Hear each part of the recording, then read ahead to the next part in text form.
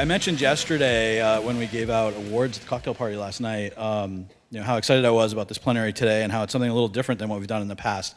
So this morning's plenary is going to be presented by Dr. Peggy Terhune from Monarch, which is a large organization in North Carolina that's grown significantly in her 25-year tenure with that organization. Monarch is an organization that serves adults and children with mental illness as well as adults with intellectual and developmental disabilities. And if you look on their website, they have the counties they serve colored in, and it's well over half the state. I didn't have time to count them all, but it's a lot of them. Daniel probably knows, sitting there smiling. How many counties? Over half the state. There we go. I'll take it. Counts in horseshoes and hand grenades, almost like exact. So yeah, so a significant organization and a very progressive organization as I've gotten to know them about how they think about things. Even in the sales process, we heard a lot of very progressive ideas about how they wanted to use the system, where they wanted to move the system, and how they wanted it to inform the work they did. That clearly is a bit of a hallmark for them and the people that work there. So we're really excited to have Peggy here this morning. Peggy has a long career working with folks in this area and has advanced degrees in that regard, an MBA and a PhD, and has really, she just said to me, I didn't do it, the staff did it, but I said you probably get a little bit of credit for what Monarch has done. And so I'm going to keep her introduction fairly brief and let her speak for herself, but I do want to thank her sincerely for coming today and sharing the good work they do. And so with that, I'll introduce Peggy Terhune to you all. Okay. Hi, I'm sick. Can you tell? It's all the fault of Daniel Brown. He brought it to the office, and he's had it for 5 weeks. I've only had it for 2, but anyway, I apologize for my voice. I'm really, really excited to be here with you today to tell you a little bit about what we do and why we do it. And I'm going to give you the biggest gift today that you've ever gotten. I'm going to teach you how to save the world. Would you like to know that? Yes, okay. So first you have to know the person before you can trust what they tell you, right? Because if somebody tells you, like my son, that you'll see in a minute, texted me the other day and told me that he was actually a Serbian princess, and he had just inherited $3 million, and all he had to do was put $100,000 in the bank and send it to these people, and he would get his $3 million. And so we went back and forth with that princess thing a little bit. It's kind of fun. So you never know who to believe, right?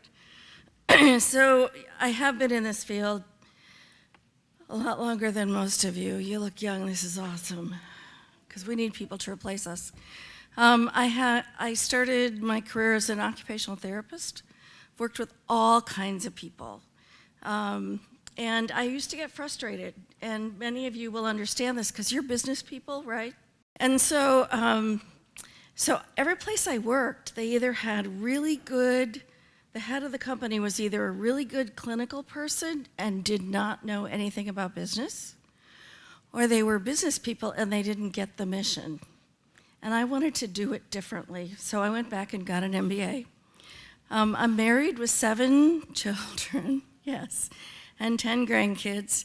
I have lived experience, so part of what I bring to this field is a lifetime of history. You have that too. Use everything that you have, every good and bad experience in your life as you look forward. Don't keep work and home separate in terms of who you are and what you think about, because who you are informs what you do. I have an ex-husband, 17 years, living with a guy who was bipolar and alcoholic, so I win there. And then of my children, 3 of those 7 are birth children, and 1 is bipolar. 2 have ADHD, a grandchild has autism. We adopted a child with IDD, and we adopted a child who was a substance abuser. Aren't we brilliant? Of course, we didn't know that when we adopted them. So I have this philosophy that all people are good. Yes, I'm sure that we all have bad stuff in us, and I'm sure there are serial killers out there somewhere that it's hard to find the good, But I believe all people are good. And so when I bring that life philosophy to my job, it makes a difference. I don't know if you've ever sat down and written your life view. That was the first task I had to do in my PhD program. I'm like, okay, like life view. Sure, that's how I view the world, right? And then I sat there and couldn't figure out what I wanted to write because I had to think about how do I really view the world? Important concept. I believe that the services that are provided should be equitable, not equal. What's the difference? Equal means we all get the same. Equitable means we get what we need. So I don't think everybody gets everything. I think people should have what they need. And I also believe, for you finance people, who's in finance? Okay, well, there's enough money in the system. And I believe that because I heard Colin Powell speak, and he showed us this awesome graph about the healthcare spending in every country. And it went up this really nice line. You techie people would love that. You know, like what your population is compared to how much money you spend on healthcare, until they got to the United States. And then in the United States, on the line that's going up, we were like up here. We spend so much money on healthcare, and we waste money on healthcare constantly, giving people things they don't need because we're in a risk environment, and because we're trying to keep the customer happy, and because we don't really know what we're doing. How many times have you gone for tests and the results are negative? Did you need the test? Or did you not need the test? All of the screening and preventative stuff that Obamacare covers, do we need that? Is that going to prevent further expense? Or is that not a good idea? Whatever your views on that, I think it's important to realize that if we spent the money right, then we'd have enough. If people got what they needed, not what they wanted. Recently came back from this awesome trip to Russia, and it was very interesting. We had a guide who had a dad who was a doctor, and I said, oh, you know, what does he do? Well, he works in a clinic, an outpatient clinic, and he gets paid $23,000 a year. And I said, is that considered a good salary? And she said, no, but he doesn't know anybody in the big circles, and he also feels that everybody has a right to treatment, and the clinics that offer services to rich people only offer services to certain people. Very interesting concept in Russia. So let me tell you about Monarch. I'm so proud of this organization. When I came in '95, our budget was $4 million. We had 250 employees. We primarily served the IDD population. We were small. I knew every staff. I knew every person. Then, fast forward to today, our budget is $84 million. I keep wondering how that happened. We have over 1,800 employees. Last year, we served 31,340 people. Is that amazing or what? I mean, it's like, really? Where were they? We do all populations, and we contract with all of the managed care organizations, multiple insurance companies, departments of social services. We have lots of contract sources, and I still feel a strong need to diversify our revenue. And by the way, that's one of the reasons I love ECHO, because I'm going to be able to do that with the ECHO system. And that's pretty cool.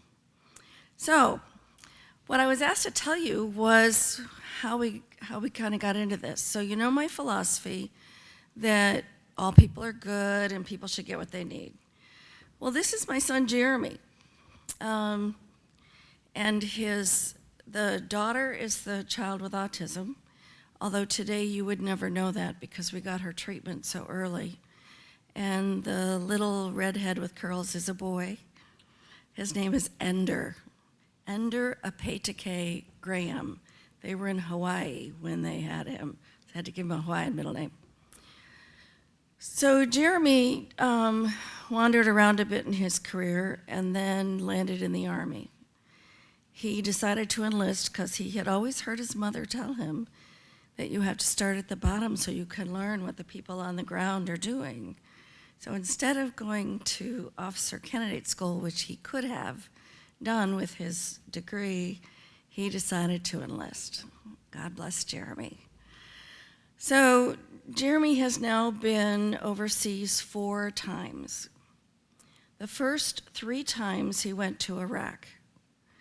The first experience in Iraq, he came home and he said, "It's okay, I'm okay," but I talked to this chaplain and he said, "I should show you pictures and tell you what happened."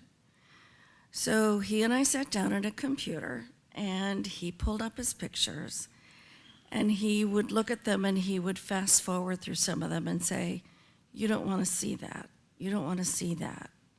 In other words, he wasn't showing me the worst pieces. He would get up in the morning and they would walk out on the street and there would be dead people just laying there. Just laying there. People walking around them like they were roadkill. He was definitely negatively affected and definitely developed PTSD. And then he went back. His job is a techie job. What he is when he went to his training, he won the Master Blaster Award. He's the best guy at saying, drop the bomb there, so that he's sure that he'll hit the right people and not the wrong people. So the second time Jeremy went back, he was again in major combat situations, and he was in a Humvee that drove over an IED. And he won't talk about it, other than the fact that that developed some brain damage for him, because they must have, blown up, right? So when he came home after the 3rd tour, he said, "Mom, they tell me I have severe PTSD." Okay.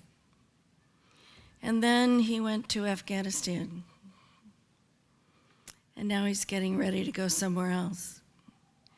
So Jeremy needs help, right? And so this is my baby. This is my oldest son. And I want Jeremy to be okay. And when Jeremy came home and Ender was a baby, Jeremy couldn't sleep in bed with Stacy because she had taken to nursing the baby in bed. And he would wake up screaming and with nightmares. To this day, he can't walk into a store and wait for a salesperson. He can't remember 5 things at the grocery store. He's a sergeant. He just got promoted again, and he's going back. That's really scary. I don't know if that scares you, but it scares me. So, Jeremy, get help. "Well, I can't, Mom. Why not?" "Well, I have to talk to 16 people before they'll let me have a referral." "What do you mean 16 people?" "Well, first I have to talk to my CO, and then I have to talk to these people, and by the time he's done, it's so convoluted, and my son needs help today, and he needs it now, and he doesn't need to wait, and he doesn't need to talk to 16 people, and it's just wrong. And here I am in this business, and I want to fix it. Because that's what I do, I fix things, right? So what do I do?" So I start thinking about all the people in North Carolina that are just like Jeremy. We have a huge military population. Tons of vets that are struggling. I don't think you can go to war in Iraq or Afghanistan and not come back with PTSD. From the stories Jeremy's told me, we have all these people in North Carolina. I can't affect Jeremy, but I can affect them. I can change things for them. How are we going to do it? We got to do something. So when we started this process, this is what the environment was like. I mean, what Jeremy was telling me was pretty normal. We were finding out that people would go to the emergency room and stay 14 to 21 days. I had one of those short-term experiences with a foster child. We went to the hospital because she was suicidal. She was not seen until the next day by a psychiatrist, and she sat there for 3 days with no treatment and no help because they couldn't find a bed anywhere for her, so I took her home. I was done. This isn't right. Our system shouldn't be like this. Typically, there was a 3-month wait for a psychiatrist. Many people were depressed. Remember the recession, and people were losing their savings and their money and their jobs. I don't know if you know this, but they don't publish in the newspaper when kids kill themselves. Do you know kids kill themselves all the time? What is it, like one every, Daniel, 26 seconds or something? Someone kills themselves. Oh my gosh. How many people are going to kill themselves while I'm talking? We have to fix this. We can't just sit around and do nothing. This is a crisis. So I got to find a way to make things easier. So I start going to all these presentations, and I go to one and I come back and I go, well, Daniel, this guy told me how I was co-presenting with him, and he taught me how to have not to worry about no-shows. I said, you're going to love this one. And he said, well, how do they do it? And I said, well, they schedule 4 people every hour. If 4 show up, they all get 15 minutes. If 3 show up, they get 20 minutes. If 4, and think about this. This is helping people. Daniel was like, oh my gosh, I can't believe they do that. And they do. And he had stood in front of a group of people and told them, this is how you have no-shows, or how you don't have no-shows. So then what happened was I kept going to conferences, and I heard this same presentation about data from MTM, which is a part of the National Council. I found out they had a consulting business, and they said people could have same-day care. That's all I heard. You know, it's like when you get bad news, like you're losing your job, and you don't hear anything after that. All I heard was same day. Oh my gosh, people could get it on the same day. And I went back, and I was like, guess what? And they're all like, no, can't happen. Next presentation came back. No, we can't do that. I mean, that would require too much technology, and, you know, we can't do that. We were not on the ecosystem at the time, and we were struggling like crazy, spending all of our time trying to get paid. And it was a disaster.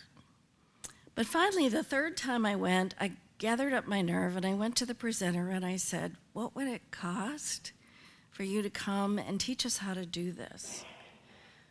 And the answer was reasonable, and so I decided I would bring these guys in.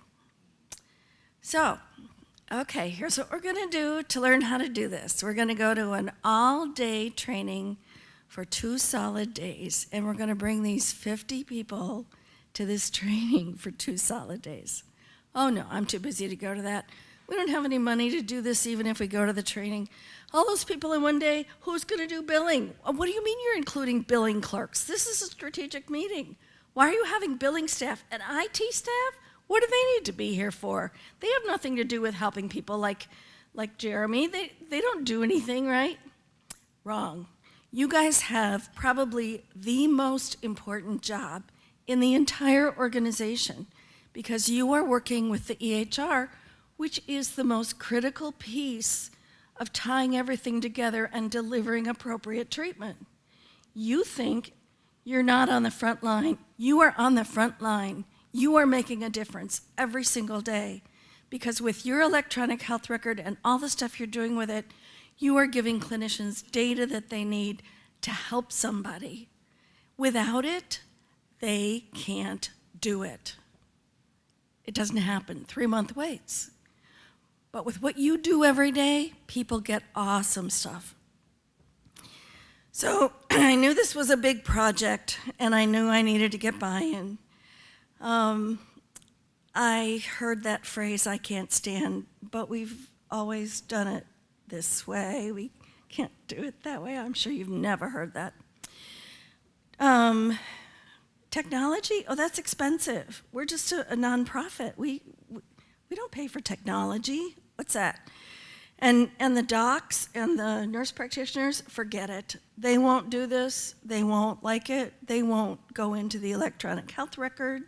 So of course by now I'm looking for a new electronic health record, right? And some people like the idea, some are like, yeah, right, I don't believe you. And we were, at the time, we were still, well, I guess we still are, but we were in the process of taking over various companies that had gone under. And so we took over this one company that didn't want to be taken over. And so they set up the system so that on day when we showed up at midnight, the night we were to take over, there was not a single piece of paper in the entire building. No phone numbers on the wall for the hospital, nothing, right? So what we didn't realize was they had double and triple booked the first week. They called everybody. So by like 9 o'clock in the morning, there's a line out the door and down the street for people that say, I have an appointment. Oh my gosh, my development guy was out there giving people snacks. I mean, it was terrible. So sabotage, yeah, I know all about that. And then of course the psychiatrists, I knew that they were gonna say, 15 minutes, forget it. So what I did was what any self-respecting person that wants to railroad something through does. I went, I challenged, I asked questions. I made them tell me why they thought this wouldn't work.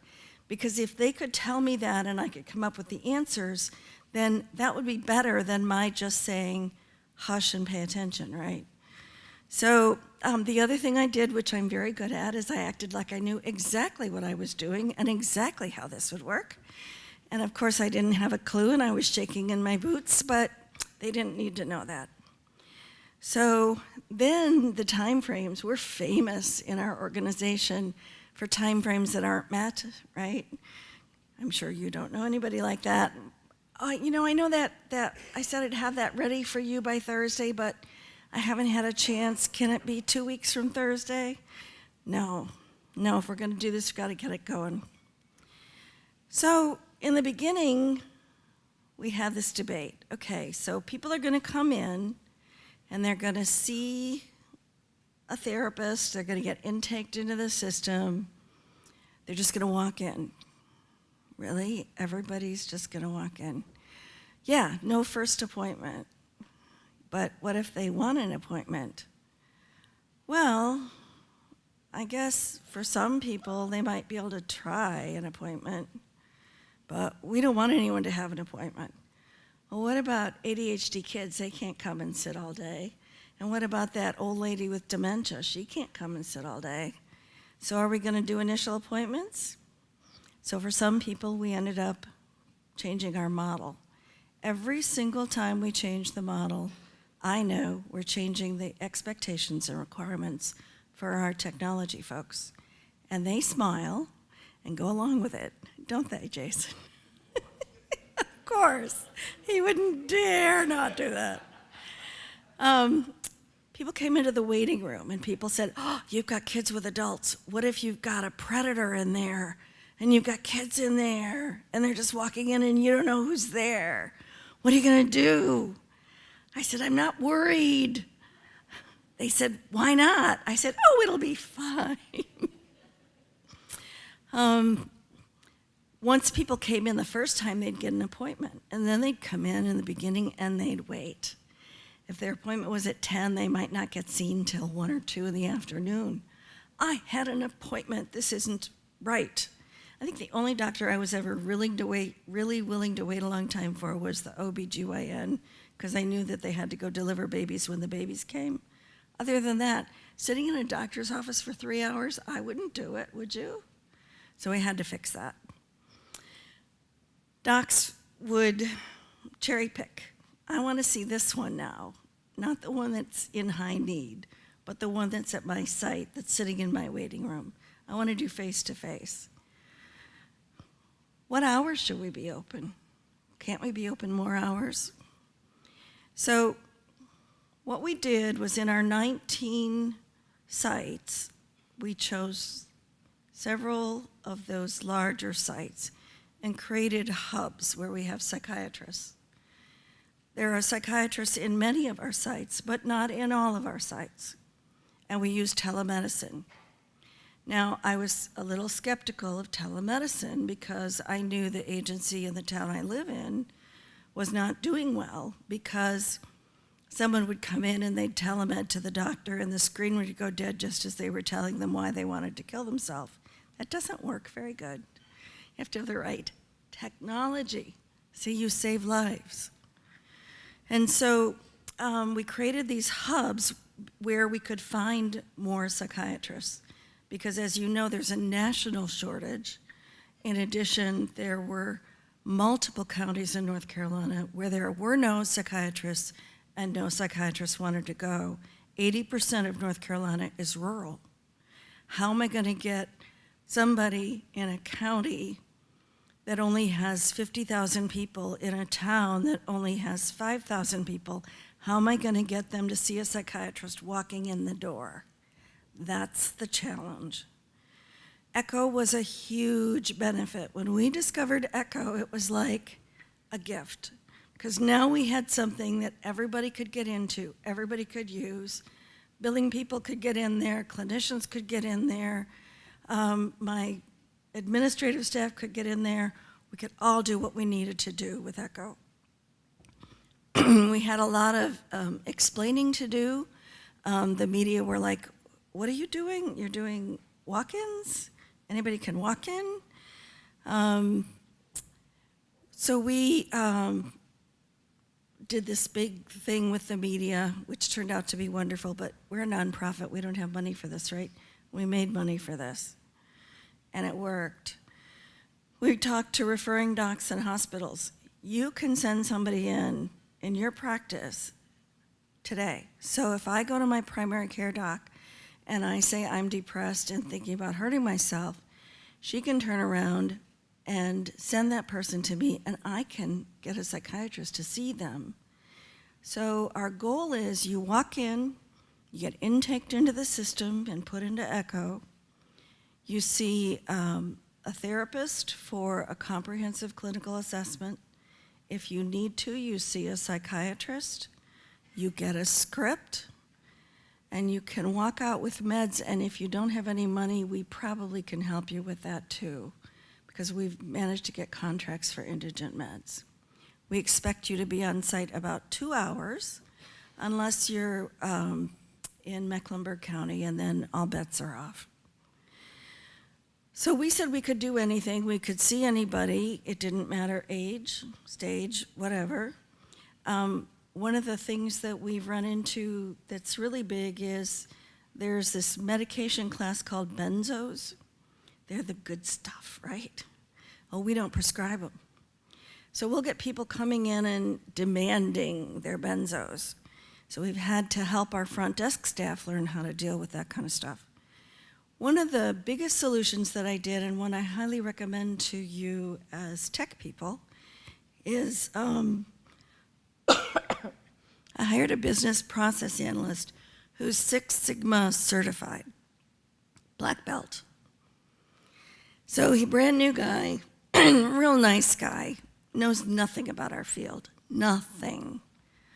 But what's my philosophy? You technology people are the most important people around, right? And the finance people are critical. We got to get paid, or we don't have the doors open. So I sit there and I think, okay, I'm going to hire this black belt Six Sigma that knows nothing about us, and he's going to help make us more efficient. So I hire him, and what he does in the beginning is he goes to 4 of our sites, and he's been thoroughly trained by our clinical staff what to say and how to say it. So we know what his diagnosis should be. We know that he should be triaged as one of the most important people to be seen first.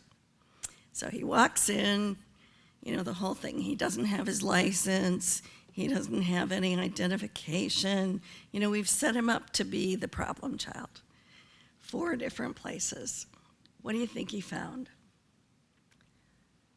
We're one company. Everybody knows the same system. They're all supposed to run the same, right? Do they run the same? Nope. 4 different processes. generally following the same path, but with differences. So he comes in and he's talking about this, and I'm thinking, oh, he's going to tell me we need to do more training with people so they all do it the same way. And what he said was, so I don't want you to do any training with people because I don't want them to do it the same way right now. What I want to do is I want to look at where people have modified the process and use that and make our system better. So instead of taking what the honchos had said is the right way to do it, he created his own right way. He has done amazing things. So I think every one of you should go back to your agencies and be a secret shopper. Get someone to tell you what to do, go somewhere where people don't know you or don't know your face, or go in as yourself and see what happens. It's an absolutely amazing experience, and you will learn how well your implementation of ECHO is going. What he does is he sits and he watches, and that's all he does. He sits and he watches, sometimes for several days at a time. He'll watch somebody do a process, and what he says is, the first couple of times they're doing the process, they're being very careful to do it exactly the way they were taught. But gradually, it's their job, they're used to it, it's routine. They start doing things the way they do things. And you can learn things from that. You can learn where the technology is working for them and where the technology is not working for them. And you can figure all of that out. And then you can say to them, would you like it if that process was easier and faster? Yeah, everybody in my organization loves this guy because he makes their lives easier. Now, it would be nice if he reduced the number of jobs. Well, he's done that, but nobody noticed. So it's been pretty exciting to have this business process analyst. So one of the things that we do is if you walk in, and how many people walked in last week? Or was it 195 people walked into our 19 sites yesterday. 195 people who would not have been seen if we didn't do this. Because nobody else in North Carolina has figured out how to pull this off yet. Even though my clinical staff have done training, my IT staff are trying to share, nobody else is pulling this off. So we hand them an iPad. Oh, but they'll steal the iPad. No, they won't steal the iPad. We can figure this out. And they take a short survey. So one of the questions is, I received services in a reasonable time for the time I walked in today. 86.3% from our last one. Pretty cool. In the beginning, it was not that high. I was treated with courtesy and respect today. 98.2%. Have you ever gone somewhere where you were not treated with courtesy and respect? It's pretty sad. I received education about any medication ordered for me. 95%. I was educated on follow-up treatment. 96%. These are things you should be able to say when you walk out of your doctor's office. I'm in charge of my plan, and it clearly reflects what I need and want to achieve. At Monarch, we don't think we're the experts. You are the expert on yourself. If you're a parent, you're an expert on your kid.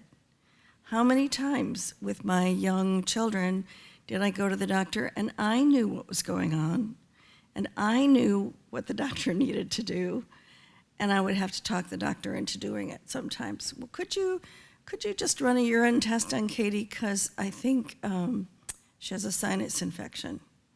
Well, she's not showing any symptoms. Well, I know, but what I found out was that if you run a urine test and it comes back positive and she has a UTI, then it's also affecting her sinuses. I know it sounds weird. Eventually they learned. So I would recommend Monarch to a friend or family member. 95.3%. That's pretty awesome, guys. And that's money, right? And the best one, the one I like the most, I knew I had to have a chart, your IT people. So this chart shows who would have gone to an urgent care center, gone to another agency to get services today, which wouldn't have happened. Gone to my primary care physician, which might not have helped. Gone to the hospital ED, not gotten services anywhere, or waited weeks and months to get services from another company. And what we figured out was that we were actually diverting people from the hospital.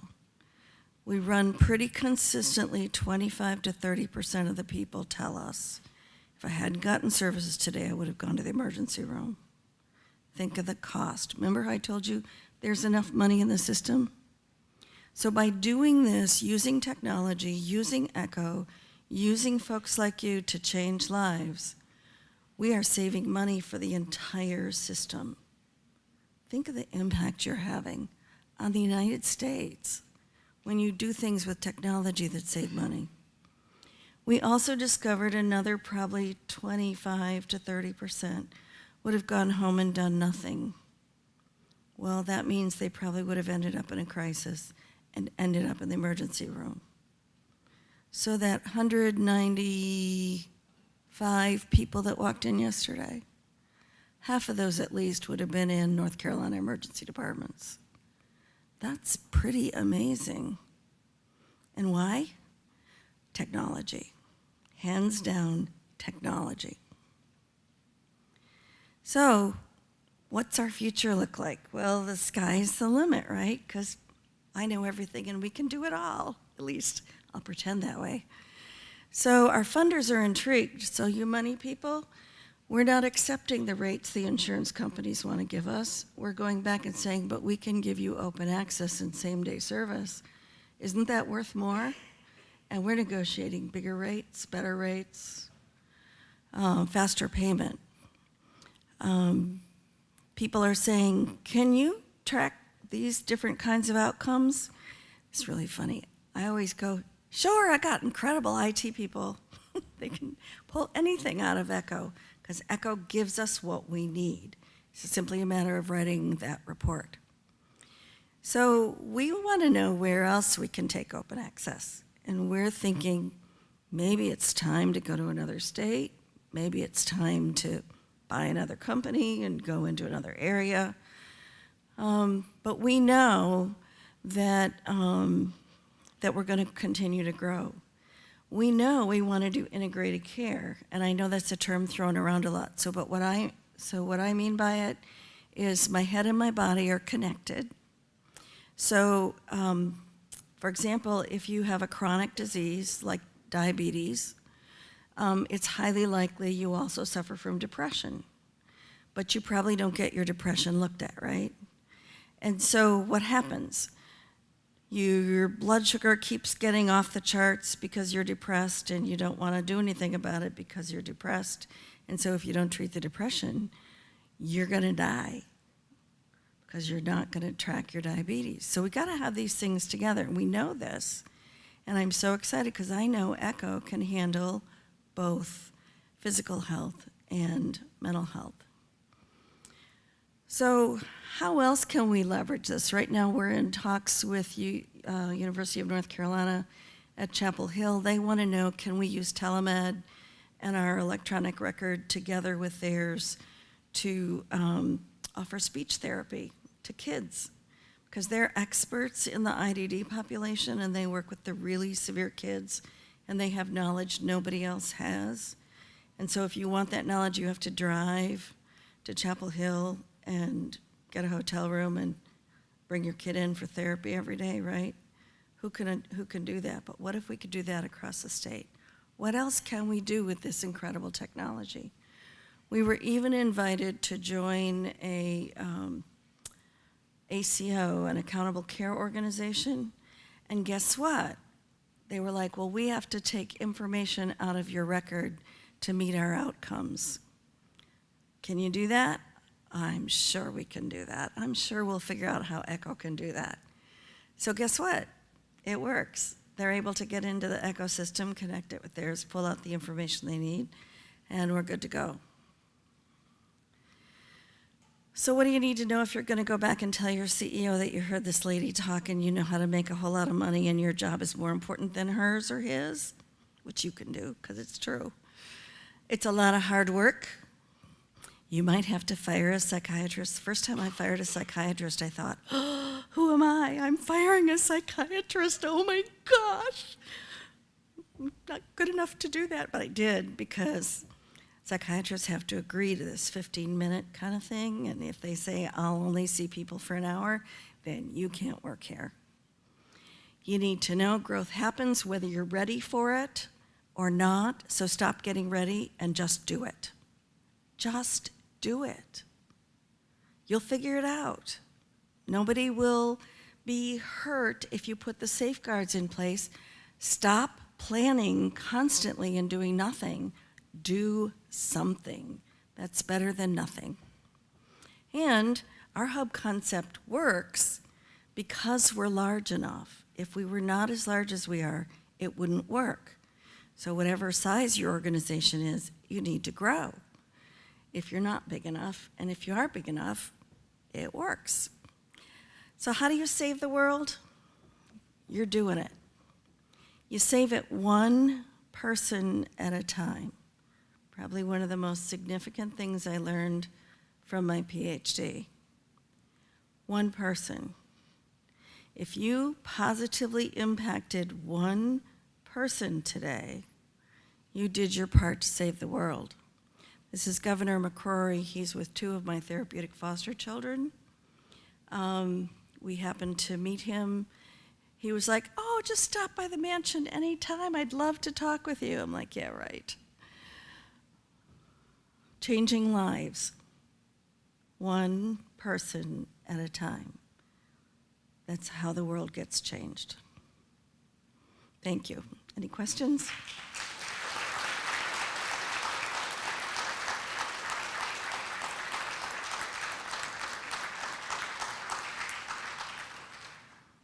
Questions? Yes. I have a question just about the 195 people that you saw yesterday. Were those new people? All new people, all new walk-ins, every day. Oh my gosh. And the number keeps climbing. For a while we sat around 150, but I don't know, maybe the world's getting worse, and in the last couple of months, it's been bumping way back up again. One follow-up reason I was curious about that. One of the things we're struggling with at our agencies has to do with hospital conversions. And I was thinking as we were talking, having something like this available for a hospital, sort of open access to whatever.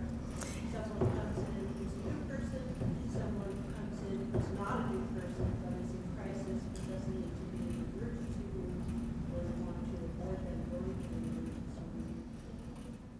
Yes, open access works great. And one of the things I didn't talk about, but it's on one of the slides, is a product that is homegrown by my very own incredible special IT people. We call it Oasis. And what it is think about airplanes and think about the air traffic controller. It's like a virtual waiting room. And so when someone walks into one of our sites, they get put into the system and they go into Oasis, and they're listed as waiting. But we know, because we're triaging them, how urgent it is, whether they're just kind of a routine or whether they're threatening to hurt themselves. So we know who needs to come next in that system. We've been asked by other people if we'll sell that system. We're thinking about it, maybe for a price, good price. Want to retire, Jason? That good a price? I don't know. But anyway, the Oasis piece would be exceptionally useful for facilities like that, because that way you can get to the first people, the most important, urgent people. Yes? With all of your sites and all that you see, you're not on SaaS, are you? They're not, I'm sorry, with all our, there's not enough staff? We're not on the SaaS. Well, I don't understand why not. I would think that it would be, I mean, you guys are doing a ton of work. I'm sorry, I can't hear you. Oh, I'm sorry. I was saying, why aren't you using the SaaS model, the software as a service? We are just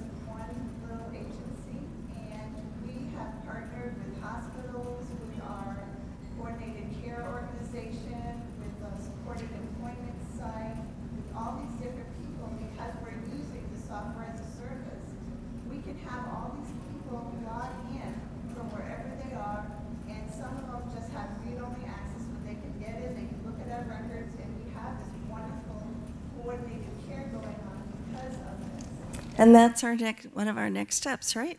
Because Echo is rolling out a portal. Actually, for us, we don't use a SaaS. We can do all the exact same things you can do in SaaS. We've chosen to go server-based. We'll cover a lot of these questions in the next session at 10:15, which will be a great one. I can follow with all the technology pieces. At 10:15, you get the technical version. I am not a techie. Any other questions, comments, thoughts? Can you save the world today? Can you save the world today? I'm waiting. Can you save the world today? Okay, I expect you to do that. It might even just be a smile for the homeless person on the street. I don't care. But you need to step out and save the world, because if we all save the world, it'll be saved and we won't have to do this anymore. Thank you very much.